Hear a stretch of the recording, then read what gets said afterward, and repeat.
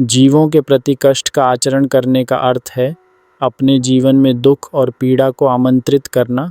जब हम किसी जीव की जान या उसके कल्याण के लिए खतरा बढ़ाते हैं तो हम सिर्फ उस जीव को ही नहीं बल्कि अपने आप को भी नुकसान पहुंचाते हैं। यह समझना ज़रूरी है कि सभी जीव एक दूसरे से जुड़े हैं और उनके प्रति हमारी क्रियाओं का प्रभाव कहीं न कहीं हमारे जीवन पर भी पड़ता है। कष्ट देना न केवल जीवों के लिए नकारात्मकता लाता है बल्कि यह हमारी आत्मा की शांति को भी बिगाड़ देता है।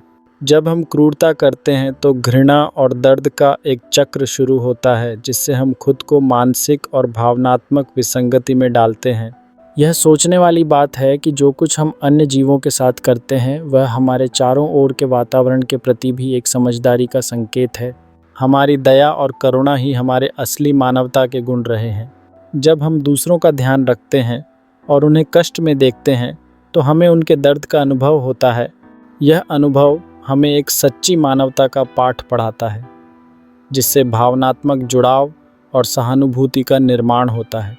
इसका परिणाम इससे भी महान होता है। जब हम दूसरों के प्रति दयालु होते हैं तो हम सामाजिक संबंधों को मजबूत बनाते हैं और एक उच्च आत्मसम्मान का अनुभव करते हैं। इसलिए जीवन में हमेशा एक नैतिकता का पालन करना आवश्यक है। जब हम किसी जीव को कष्ट पहुंचाते हैं तो हम अपने अंदर के पीड़ा को भी आमंत्रित करते हैं। ऐसे में हमेशा याद रखना चाहिए कि हर जीव जीवन का एक महत्वपूर्ण हिस्सा है।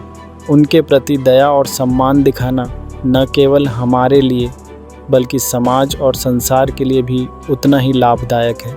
इस संदर्भ में हमें अपने दैनिक क्रियाकलापों में दया के मूल्यों को शामिल करना चाहिए।